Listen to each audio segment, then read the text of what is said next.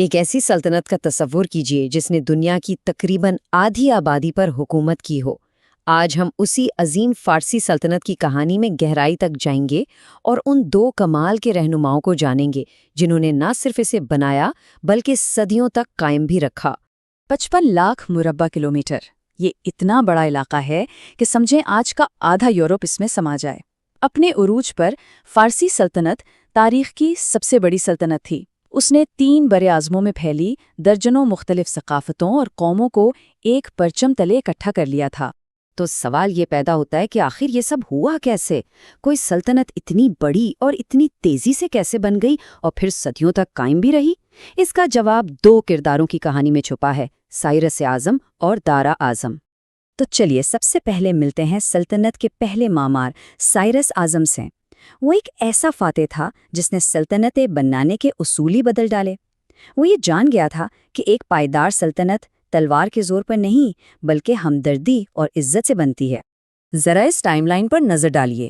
550 قبل مسیح میں میڈیا کی فتح سے لے کر 539 قبل مسیح میں عظیم شہر بابل کی فتح تک سائرس نے صرف 11 سال میں 3 بڑی سلطنتوں کو شکست دے دی۔ قدیم دنیا کے حساب سے یہ رفتار ناقابل یقین تھی۔ اس نے اناطولیہ سے لے کر دریائے سندھ تک پھیلی ایک سلطنت کھڑی کر دی۔ لیکن سائرس کی اصل ذہانت، اس کا اصل کمال میدان جنگ میں نہیں تھا بلکہ اس کی سیاسی سوچ میں تھا۔ وہ سمجھتا تھا کہ ایک پائیدار سلطنت خوف پر نہیں بلکہ عزت پر قائم ہوتی ہے۔ اس نے ایک ایسا ماڈل بنایا جہاں مختلف ثقافتیں ایک ساتھ پھل پھول سکتی تھیں۔ یہ الفاظ سائرس سلنڈر سے لیے گئے ہیں جسے کچھ لوگ انسانی حقوق کا پہلا چارٹر بھی کہتے ہیں۔ سوچئے اس زمانے میں جب فاتح شہروں کو جلا دیتے تھے اور لوگوں کو غلام بنا لیتے تھے، سائرس نے مفتول لوگوں کو اپنے رسم و رواج اور مذہب پر عمل کرنے کی اجازت دی۔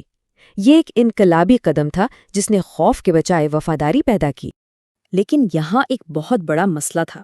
سائرس نے ایک بہت بڑی سلطنت تو کھڑی کر دی تھی، لیکن یہ مختلف قومیتوں کا ایک ایسا مجموعہ تھا جو کسی بھی وقت بکھر سکتا تھا۔ یہ سلطنت سمجھیں کہ انتشار کے دہانے پر کھڑی تھی۔ اور یہاں کہانی میں انٹری ہوتی ہے ہمارے دوسرے معمار دارا اول کی۔ اسے ایک فاتح کے طور پر نہیں بلکہ ایک بہترین پروجیکٹ مینیجر کے طور پر سوچیں، جسے ایک بہت بڑا چیلنج وراثت میں ملا تھا: اس بے ترتیب سلطنت کو ایک منظم اور مستحکم ریاست میں بدلنا۔ تو اتنی بڑی اور متنوع سلطنت کو آخر چلایا کیسے جائے؟ دارا کا ذہین حل تھا سٹراپی کا نظام، یعنی اس نے سلطنت کو 20 سے زیادہ صوبوں میں تقسیم کر دیا۔ ہر صوبے کا اپنا گورنر، جسے سٹراپ کہتے تھے، ہوتا تھا۔ یہ سٹراپ بادشاہ کو جوابدہ تھا لیکن اپنے مقامی معاملات میں کافی حد تک خود مختار تھا۔ دارا کا منصوبہ صرف حکومت کرنے کے بارے میں نہیں تھا بلکہ سلطنت کی بنیادوں کو ہمیشہ کے لیے مضبوط کرنے کے بارے میں تھا۔ آئیے دیکھتے ہیں اس کے وہ 3 بڑے اقدامات کیا تھے جنہوں نے تاریخ کا رخ بدل دیا۔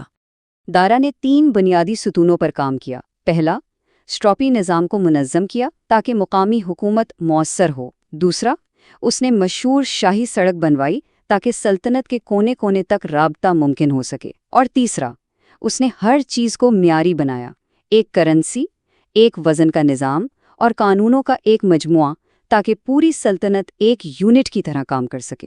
یہ شاہی سڑک صرف ایک راستہ نہیں تھی، یہ قدیم دنیا کی انفارمیشن سپر ہائی وے تھی۔ اس نظام نے رابطے کو اتنا تیز کر دیا کہ بادشاہ کے احکامات اور خبریں پوری سلطنت میں بجلی کی سی تیزی سے پہنچ سکتی تھیں۔ اسی چیز نے سلطنت کو حقیقی معنوں میں جوڑ کر رکھا۔ اس کے ساتھ ہی سونے کا سکہ ڈارک متعارف کرایا گیا۔ یہ تقریباً خالص سونے کا بنا تھا اور اسی وجہ سے یہ قدیم دنیا کی سب سے قابل اعتماد کرنسیوں میں سے ایک بن گیا۔ اس ایک سکے نے تجارت کو آسان اور قابل بھروسہ بنا دیا، جس سے پوری سلطنت میں معاشی خوشحالی کا ایک نیا دور شروع ہوا۔ تو اب ان دونوں رہنماؤں کو ایک ساتھ دیکھتے ہیں اور یہ سمجھنے کی کوشش کرتے ہیں کہ ان کے مختلف انداز نے مل کر فارسی سلطنت کی کامیابی کی وہ خفیہ ترکیب کیسے تیار کی جو صدیوں تک قائم رہی۔ اس کو سمجھنے کا سب سے آسان طریقہ ایک جدید سٹارٹ اپ کی مثال ہے۔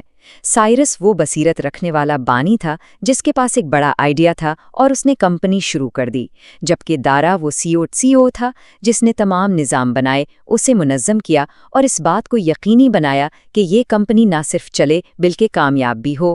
اور یہی اس پوری کہانی کا نچوڑ ہے۔ سائرس نے سلطنت کا جسم بنایا، لیکن دارا نے اس میں وہ ادارہ جاتی روح پھونکی جس نے اسے 2 صدیوں تک زندہ رکھا۔ وہ ایک دوسرے کے حریف نہیں تھے، بلکہ ایک دوسرے کی تکمیل کرنے والی وہ قوتیں تھیں جن کے بغیر یہ عظیم سلطنت کبھی کامیاب نہیں ہو سکتی تھی۔ اور یہ ہمیں ایک بہت گہرے سوال پر چھوڑ جاتا ہے۔ کسی بھی ادارے، چاہے وہ سلطنت ہو، کمپنی ہو یا ملک، اس کی کامیابی کے لیے کون زیادہ اہم ہے؟